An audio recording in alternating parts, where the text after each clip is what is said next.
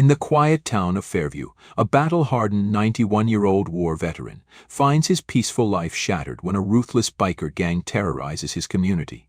But when their reign of fear leads to his doorstep, they discover this helpless old man is far more dangerous than they ever imagined.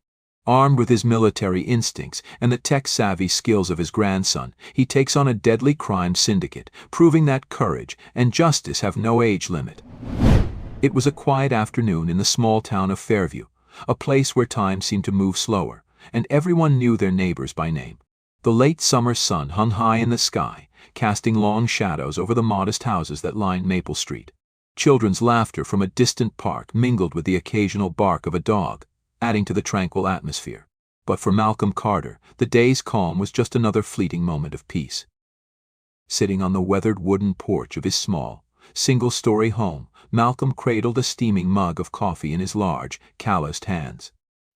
At 91, Malcolm's life had been a tapestry of victories, losses, and lessons learned the hard way. His dark brown skin, lined with deep wrinkles, spoke of decades spent under harsh suns and colder moons, first as a young boy growing up in the segregated South and later as a soldier fighting battles far from home. Despite his age, there was a quiet strength about him, a sense of resolve that radiated from his piercing gray eyes. His house, a modest structure that had stood for nearly as long as Malcolm himself, was more than just a building. It was a testament to his life's work, a place he had built with his own hands after returning from the war.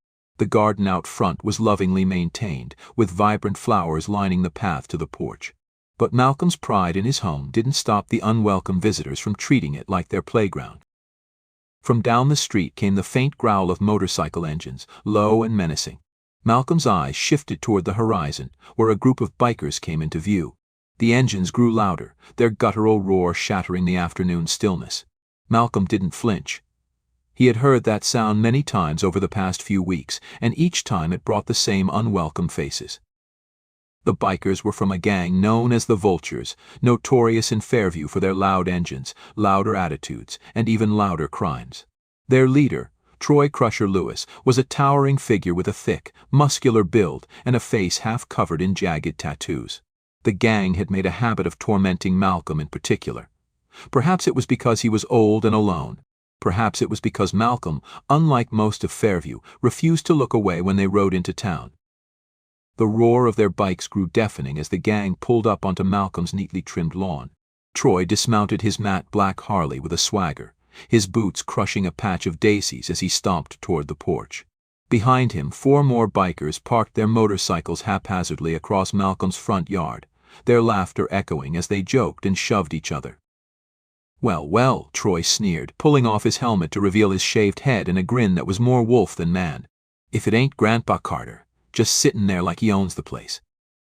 The other bikers laughed on cue, their jeers grating against the quiet Malcolm had been enjoying moments earlier. One of them, a wiry man with a scar running down his cheek, kicked over a garden gnome as he walked toward the porch. Malcolm didn't respond. He remained seated, his expression unreadable as he took another sip of his coffee. His calm demeanor only seemed to irritate Troy further. "What's the matter, old man?" Troy mocked, stepping closer. "Cat got your tongue?" When Malcolm still didn't reply, Troy leaned down and swatted the coffee cup from his hand. The ceramic mug shattered as it hit the porch floor, coffee splattering across the wooden boards. Malcolm's gaze shifted to the broken cup for a long moment before returning to Troy. His voice, deep and steady, finally broke the silence. "You've had your fun. Now leave." Troy chuckled, his grin widening. "Oh, we're just getting started, old-timer. What are you going to do about it? Call the cops?" "Go ahead. I'll be out in an hour tops." Malcolm's expression didn't waver. His voice remained calm, almost dispassionate. "I'm not calling the cops." The simple statement gave Troy pause. The other bikers, sensing something off, stopped laughing. Troy frowned, his bravado faltering just slightly. "Yeah? Then who you gonna call?" With deliberate slowness, Malcolm rose from his chair. Though his joints creaked with age, he still stood taller than Troy by a few inches, and with a presence that seemed to make the air around him heavier. Reaching into the pocket of his worn flannel shirt, Malcolm pulled out an old flip phone. He flipped it open with a soft click and pressed a single button. "I'm making one call," Malcolm said, his voice steady and unyielding. And when I do, you're all going to wish you'd never set foot on my lawn." The statement hung in the air like a loaded gun. For the first time, Troy's grin faltered completely. He glanced at the other bikers, who looked equally unsure. "Yeah, right," Troy said, forcing a laugh to mask his growing unease. "Who are you going to call? Ghostbusters?" Malcolm's piercing gaze didn't waver. He held the phone to his ear as it began to ring. The sound was sharp and deliberate, cutting through the tense silence. The bikers exchanged uneasy glances, their earlier confidence beginning to crumble. Troy stepped closer, trying to reassert control. "All right, old man, enough with the theatrics. Let's see who you think you're calling." He grabbed the phone from Malcolm's hand, glancing at the screen. His brow furrowed at the name displayed, David Carter. Before Troy could say another word, a voice answered on the other end. It was calm, confident, and carried a distinct edge of authority. "Grandpa," the voice said, "what's wrong?" Malcolm's lips curled into a faint smile as he responded, "David, it's time. Activate the protocol." The bikers stared, bewildered. Troy, still holding the phone, hesitated as the voice on the other end replied, "Understood. Phase 1 initiated." "What the hell is this?" Troy spat, shoving the phone back into Malcolm's hand. "You think calling your grandson's gonna scare us?" Malcolm met Troy's glare with unshakable calm. "Not scare you," he said quietly. "Stop you." For a moment, nobody moved. Then, with a grunt of frustration, Troy turned back toward his bike. "Let's get out of here," he growled. "This old man's not worth our time." But as the bikers rode off into the distance, Malcolm's steady gaze followed them. He flipped the phone shut, his calm expression giving way to something colder, more resolute. "You have no idea who you're dealing with," he murmured under his breath, the faint hum of engines fading into the distance. And with that, Malcolm returned to his chair, sitting once again on his porch.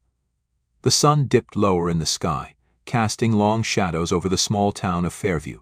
But the quiet peace of the afternoon had been broken, and Malcolm knew it wouldn't return until the storm had passed. The evening settled over Fairview, blanketing the town in a quiet unease. The distant roar of the bikers' engines had long faded, but for Malcolm Carter, the storm was just beginning. The air outside was cooler now, carrying with it the faint rustle of leaves in the gentle breeze. But inside his home, the atmosphere was charged with a silent urgency. Malcolm sat at his kitchen table, an old wooden thing with scratches and dents that bore the history of his long life. The flip phone lay open in front of him, and on the other end of the line was his grandson, David Carter, speaking from his cramped apartment in Chicago. David was everything Malcolm had hoped the younger generation would be: smart, resourceful, and fiercely loyal to family. Though Malcolm rarely asked for help, David had always been just a call away. "I've been monitoring their activity," David said, his voice calm but tinged with curiosity. "The Vultures aren't just some random biker gang. They've got connections, big ones. From what I've dug up, their leader, Troy, is working for someone higher up. Someone with resources." Malcolm leaned back in his chair, the creak of the wood blending with his thoughtful hum. "Who?" "Name's Victor Kane," David replied. "He's a big-time operator, running all kinds of illegal operations, drug trafficking, weapons deals, you name it. The Vultures are one of his smaller outfits, but they're connected to a much larger web." Malcolm's eyes narrowed as he processed this information.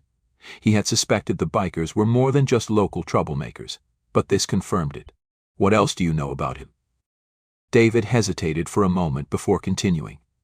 "Victor Kane is untouchable. He's got his hands in everything and enough dirty money to buy silence wherever he needs it. Law enforcement. He's got them in his pocket in half the counties around here. Going after him isn't just dangerous, it's almost impossible." "Almost," Malcolm said quietly, his voice firm. David sighed. "Grandpa, I know you're not one to back down, but this isn't some small-town squabble. This guy plays dirty, and from what I've seen, he won't hesitate to come after you." Malcolm's gaze drifted to the living room window, where the shadows of the trees danced in the dim porch light. "Then I'll be ready," he said simply. David's voice softened. "You've got a plan, don't you?"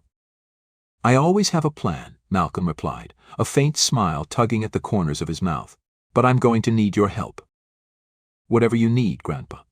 Just tell me what to do." The next morning, Malcolm began preparing his house. His years in the military had taught him one thing above all: preparation was the difference between survival and defeat. His movements were deliberate, every action a step in a larger strategy. He reinforced the locks on his doors, secured his windows, and set up hidden cameras around the property. But Malcolm knew he couldn't rely on physical defenses alone. That's where David came in. From his apartment, David worked tirelessly at his computer, his fingers flying across the keyboard. His small workspace was cluttered with monitors, wires, and coffee mugs, the organized chaos of someone who thrived on the digital battlefield. "I've started tracking their financial activity," David said over the phone. "These guys aren't careful. They've got bank accounts linked to fake businesses, but the transactions are too frequent to stay under the radar. I'm flagging their accounts now. Give it a few hours, and they'll notice their money's not moving." "Good," Malcolm said. "That'll shake them up." David paused, then added, "I've also found something interesting. The vultures have been funneling money into a property not far from here. Looks like it's their base of operations." Malcolm's grip on the phone tightened slightly. "Where?" "I'll send you the address," David said. "But be careful. If they find out you're coming after them, they won't hesitate to retaliate." Malcolm's lips pressed into a thin line. "Let them try." Later that afternoon, the bikers reconvened at their makeshift clubhouse, a run-down warehouse on the outskirts of Fairview. Troy Crusher Lewis sat at a battered table in the center of the room, his tattooed arms crossed as he listened to the complaints of his crew. "Something's wrong, boss," one of them said, slamming a phone onto the table. "My card's not working. Bank says my account's frozen." "Same here," another added. "I tried filling up my bike earlier, and the card got declined." Troy's eyes narrowed, his jaw clenching.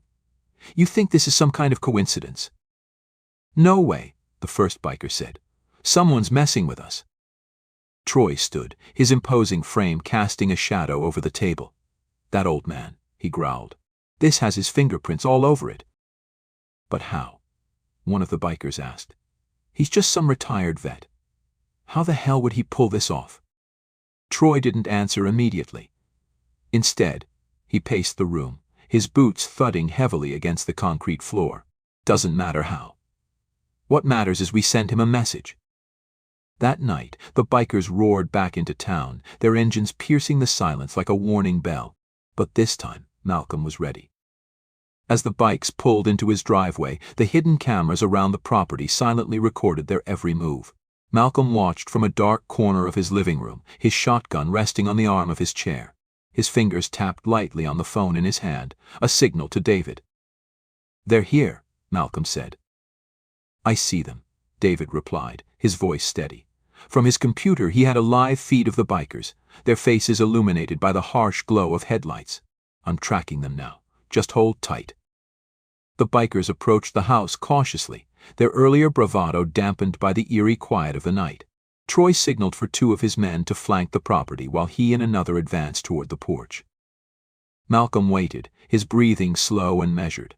The tension in the air was thick, but he had been here before in darker places, under far worse circumstances. He wasn't about to let fear dictate his actions. As Troy stepped onto the porch, Malcolm spoke, his voice cutting through the silence. "I warned you." Troy froze, his hand hovering near the crowbar at his side. "Come out, old man. Let's settle this." Malcolm didn't move. From the safety of the shadows, he watched as one of the bikers tripped a hidden alarm. A piercing siren blared to life, startling the group. Lights around the property flickered on, flooding the yard with an almost blinding brightness. "What the hell is this?" one of the bikers shouted, shielding his eyes. Malcolm stepped forward, the shotgun resting confidently in his hands. His voice was calm, but there was no mistaking the authority in his tone. "This is your last chance to leave." Troy's eyes narrowed, but the uncertainty in his expression betrayed him. "You think you can scare us with some fancy lights? We're not leaving until we—" Before he could finish, another alarm went off, this one accompanied by a series of loud, disorienting noises designed to confuse and disarm. The bikers stumbled, their confidence crumbling. "Let's go," one of them shouted, retreating toward the bikes. Troy hesitated, torn between his pride and the growing sense of danger. Finally, he cursed under his breath and signaled for the others to fall back. Malcolm watched as they retreated, his expression unreadable. The battle wasn't over, he knew that, but tonight he had sent a message of his own. The following morning, the sun rose over Fairview, but the town's newfound tension lingered like an unseen fog. Malcolm sat at his kitchen table, flipping through a worn notebook filled with neat, handwritten notes from years gone by. Each page held memories of missions, names of allies, and the kind of tactical wisdom one could only gain through experience. The events of the previous night replayed in his mind, but his resolve remained unshaken. He knew the vultures would return stronger, angrier, and more dangerous. Across state lines, in a dimly lit apartment in Chicago, David Carter was fully immersed in the digital war. The glow of multiple monitors illuminated his face as lines of code streamed across the screens. He was tracing every transaction, every hidden shell company, and every alias tied to Victor Kane, the shadowy mastermind behind the vultures. His frustration was mounting. "Grandpa," David said into his headset, his voice tinged with urgency, "Kane's network is bigger than I thought. The man's practically untouchable. He's got money laundering operations spread across 3 states, fake charities, and even offshore accounts. Shutting him down isn't going to be easy." Malcolm's voice came through calm and steady, as always. "It's never easy, David. But it's not impossible. What have you found on Troy?" David switched screens, pulling up a file he had pieced together on Troy Crusher Lewis. "Troy's more of a pawn than a player. He's running the gang, but Kane's using him as a muscle for hire. The vultures handle the dirty work: intimidation, smuggling, collections, but they're not the ones making the big moves." Malcolm nodded slowly, understanding the dynamics of the criminal hierarchy. "Good. That means we can squeeze him. If Kane's the brain, Troy's the fist. Cut off the fist, and the brain's left vulnerable." David hesitated. "Are you sure that's the right move? Kane's got resources. If we corner him too soon, he'll retaliate." "He'll retaliate no matter what we do," Malcolm replied, his tone resolute. "We control the timing, not him." While David continued his digital assault on Kane's network, Malcolm prepared for the inevitable confrontation. He called an old friend, Carter Williams, a former military comrade now working with federal law enforcement. Carter was a reliable ally, one of the few people Malcolm trusted implicitly. "It's been a while, Malcolm," Carter said when he answered the phone, his deep voice carrying the weight of years of shared history. "What's going on?" "I need a favor," Malcolm replied. "There's a gang here in Fairview causing trouble. They're working for someone named Victor Kane." Carter's tone turned serious. "I've heard the name. Kane's been on the radar for a while, but he's slippery. Every time we get close, he's one step ahead." "I've got intel," Malcolm said firmly. "But I need backup. These bikers aren't just causing trouble, they're connected to something much bigger. I've already shaken their tree. Now I need to knock it down." There was a brief pause on the other end before Carter responded. "Send me what you've got. I'll see what strings I can pull." That evening, as the sun dipped below the horizon, the vultures regrouped in their warehouse. Troy paced back and forth, his frustration boiling over. "We can't let this old man get away with this," he growled, slamming his fist on a nearby table. "He humiliated us. Twice."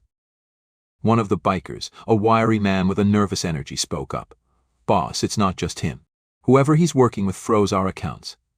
I can't even pay for gas." Troy's eyes burned with fury. "Then we make them pay. Kane wants results, and I'm not about to disappoint him." Another biker stepped forward, holding a crumpled piece of paper. "We've got the address. Let's finish this." Troy snatched the paper, scanning it before stuffing it into his pocket. "All right, boys. Gear up. Tonight we make sure Malcolm Carter doesn't see another sunrise." As night fell over Fairview, the roar of motorcycles echoed down the quiet streets once again. But this time Malcolm was ready. The hidden cameras he had placed around his property alerted him to the approaching gang, and he calmly set his plan into motion. Inside his house, the atmosphere was tense but focused. David's voice came through the speakerphone, steady despite the rising stakes. "They're coming in hot, Grandpa. 15, maybe more." "I see them," Malcolm replied, glancing at the live feed on his laptop. "Are you ready on your end?" David nodded, even though Malcolm couldn't see him. "I've got everything set. Just say the word." The bikers arrived in force, their headlights cutting through the darkness as they parked their bikes in Malcolm's yard. Troy led the charge, his crowbar glinting in the porch light. He signaled for his men to fan out, surrounding the house. "Come out, Carter," Troy bellowed. "Let's see how tough you really are." Malcolm's voice called out from within, calm but commanding. "You don't want to do this, Troy." Troy sneered. "Oh, I think I do." As he took a step forward, a sudden blinding light flooded the yard. Hidden floodlights Malcolm had rigged earlier activated all at once, disorienting the bikers. At the same time, ear-piercing alarms blared from speakers mounted around the property. "What the hell?"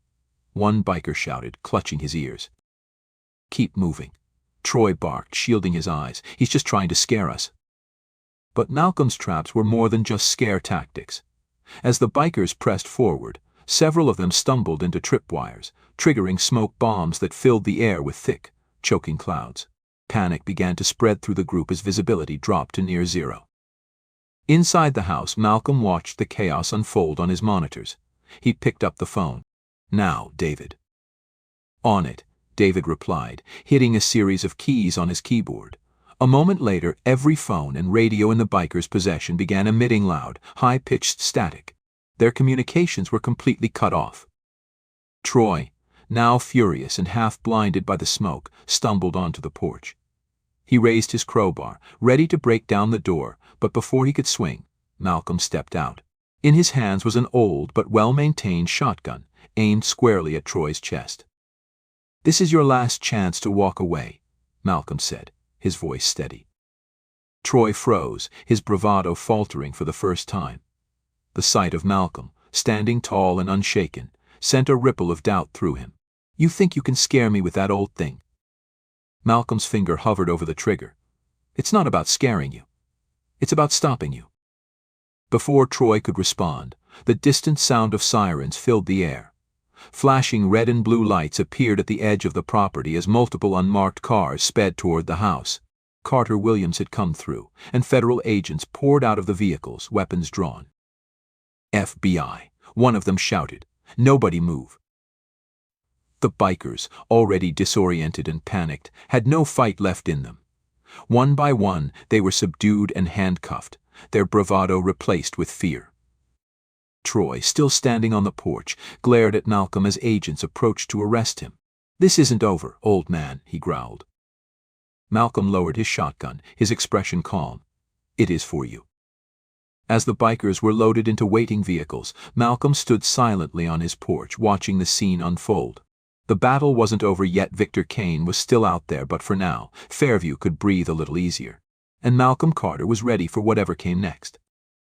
As dawn broke over Fairview, the aftermath of the previous night's ambush lingered in the crisp morning air. The FBI had taken Troy and his gang into custody, and the town, for the first time in weeks, felt a sense of relief. But Malcolm Carter knew the fight was far from over. The vultures were just pawns in a much larger game, and the man pulling the strings, Victor Kane, was still out there, a shadowy threat lurking beyond the horizon. Malcolm stood on his porch, the morning sun casting a warm glow over the yard that had been the scene of chaos just hours earlier. He sipped his coffee, his gaze distant but focused. The calm before him felt almost unnatural. He knew it wouldn't last. Miles away in his Chicago apartment, David Carter was hard at work. His monitors displayed a labyrinth of data bank transactions, encrypted communications, and layers upon layers of shell companies all connected to Victor Kane. The deeper David dug, the more he realized the true scale of Kane's operations. David's phone buzzed. He answered without looking away from his screens. "Grandpa, you're not going to believe this." Malcolm's voice came through, steady and calm. "Try me." "Kane's empire is massive," David explained. "We're talking millions of dollars moving through dummy corporations every month. Drug trafficking, weapons deals, human smuggling, it's all here. But there's one thing that doesn't add up." "What's that?" Malcolm asked. David leaned closer to his monitor, squinting at a particularly tangled set of transactions. "He's running everything through one central hub. A private account tied to an offshore bank. It's heavily encrypted, but if we can crack it, we could cripple his entire operation." That's the kind of leverage we need, Malcolm said. Can you do it? David hesitated. I'm working on it, but Kane's not stupid. He's got layers of protection. This isn't going to be easy. Malcolm's voice was firm. Do what you need to. Just be careful. In a sleek office high above the city, Victor Kane reviewed the reports that had just landed on his desk.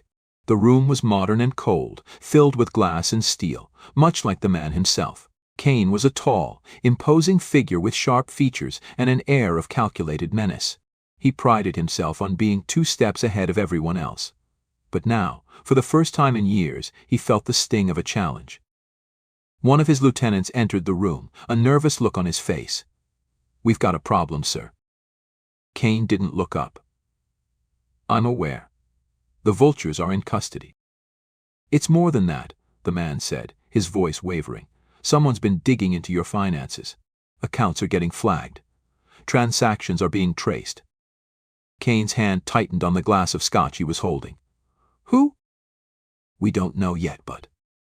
Find out, Kane interrupted, his voice icy, and deal with it. I want whoever's responsible to understand the cost of crossing me. Back in Fairview, Malcolm and David worked tirelessly to outmaneuver Kane. David had set up a secure connection to feed Malcolm real-time updates on his progress. Meanwhile, Malcolm coordinated with Carter Williams and the FBI, sharing the intel David uncovered. Carter called Malcolm that afternoon, his tone grim. We've got warrants out for Kane's arrest, but he's a ghost. If we don't move fast, he'll disappear completely. We're not letting him slip away, Malcolm said. David's close to breaking into his accounts. Once we have the money trail, we'll know exactly where to hit him. Just be careful, Malcolm, Carter warned. Kane's not the kind of man who lets threats go unanswered. David's fingers flew across his keyboard, lines of code cascading down his screen. He was close, so close to breaking through Kane's encryption. But as he worked, an alert popped up on one of his monitors. Grandpa, David said, his voice tight with alarm. I think they're on to me. What do you mean? Malcolm asked, already on high alert. David pointed to the screen, even though Malcolm couldn't see it. Someone's trying to breach my system. They're good, really good. I've got countermeasures in place, but this is going to get messy. Can you handle it? Malcolm asked. David's jaw tightened. I don't have a choice. For the next hour, David fought a silent battle against Kane's cyber operatives, his apartment filled with the rapid click of keys and the low hum of his computers. Every time they tried to break through, David countered, but the strain was beginning to show. Finally, David let out a triumphant laugh. Got it. I'm in. What did you find? Malcolm asked. David's grin faded as he scanned the data. Grandpa, Kane's got more than money. He's got dossiers on you, me, Carter, everyone involved. He knows who we are. Malcolm's expression darkened. Then we need to move. Now. With David's breakthrough, the FBI now had everything they needed to dismantle Kane's empire. Malcolm and Carter coordinated the next steps, focusing on Kane's central hub, a heavily guarded warehouse on the outskirts of a neighboring city. We hit him hard and fast, Carter said during a briefing with his team. Take out his resources, his men, and his ability to operate. But be ready, Kane won't go down without a fight. Malcolm, though technically an outsider, stood at the center of the planning. His years of military experience made him an invaluable asset, and his determination inspired the team. As the strike team prepared to move out, David called Malcolm one last time. Be careful, Grandpa. Malcolm's voice softened. You did good, David. I couldn't have done this without you. Just come back in one piece, David said. Under the cover of darkness, the strike team moved in. The warehouse loomed ahead, its exterior nondescript but buzzing with activity. Inside, Kane's men were preparing to move what remained of his assets, unaware of the storm about to hit. Malcolm and Carter led the charge, their movements precise and calculated. The raid was swift and decisive, with agents breaching the warehouse from multiple points. Kane's men fought back, but they were no match for the coordinated assault. In the chaos, Malcolm found himself face to face with Victor Kane. The crime boss stood in the center of a makeshift command room, his expression calm despite the gunfire around him. So, you're the one who's been causing me so much trouble, Kane said, his voice smooth and cold. "And you're the one who thought you could get away with it," Malcolm replied, his shotgun trained on Kane. Kane smirked. "You're making a mistake, Carter. Taking me down won't change anything. Someone else will take my place." "Maybe," Malcolm said, "but it won't be you." Kane reached for a hidden pistol, but Malcolm was faster. A single shot rang out, and Kane collapsed, his empire crumbling around him. With Kane dead and his network dismantled, Fairview finally found peace. The FBI seized millions of dollars in assets, and Malcolm returned to his quiet life on the porch. David visited a week later, sitting beside his grandfather as they watched the sun set. "You did it," David said. "We did it," Malcolm corrected, a faint smile on his lips. The fight had been long and hard, but for the first time in years, Malcolm felt a sense of closure. And as he gazed out at the horizon, he knew that no matter what challenges came next, he was ready. The sun hung low in the sky over Fairview, casting long, golden shadows across the town that had, for so long, been shrouded in fear. Now, with Victor Kane's empire dismantled and the vultures reduced to scattered remnants, the town was finally at peace. But for Malcolm Carter, peace was a fleeting concept. As he sat on his porch, the faint hum of cicadas in the background, his thoughts were far from tranquil. The familiar sound of tires crunching over gravel drew Malcolm's attention. A sleek car pulled into his driveway, and from it emerged David Carter, looking more tired than usual, but carrying the satisfied smile of someone who had fought a hard battle and won. In his hands was a laptop bag, a subtle reminder of the role he had played in bringing down Victor Kane. "Grandpa," David called as he approached, his voice light but tinged with concern. "How are you holding up?" Malcolm offered a small smile, gesturing to the chair next to him. "Better now that you're here. Take a seat." David sat down, placing the bag at his feet. For a moment, the two men sat in comfortable silence, watching the world pass by. It was Malcolm who finally broke the quiet. "How's the cleanup going?" he asked, his tone casual but curious. David sighed. "The FBI's tying up loose ends. Kane's remaining assets are being seized, and his offshore accounts have been frozen. They're tracking down his remaining connections, but without him at the helm, the whole operation is falling apart." Malcolm nodded, the faintest hint of satisfaction crossing his face. "Good. It's about time someone cleaned up the mess." David hesitated before speaking again. "You know, Grandpa, you didn't have to get involved in this. Most people would have just called the cops and let them handle it." "Most people haven't seen what I've seen," Malcolm replied, his voice low but firm. "I've spent my life fighting battles, David. Some on the battlefield, some in my own backyard. If I don't stand up for what's right, who will?" David looked at his grandfather with newfound admiration. "You're a lot braver than most people I know." "It's not about bravery," Malcolm said, shaking his head. "It's about doing what needs to be done." As the days passed, Fairview slowly returned to its normal rhythm. The streets that had once been ruled by the vultures were now calm and quiet. Families ventured out without fear, and businesses that had closed their doors reopened with a renewed sense of hope. Malcolm, once regarded as just the old man on the corner, had become something of a local legend. Though he never sought recognition, word of his role in bringing down the vultures spread quickly.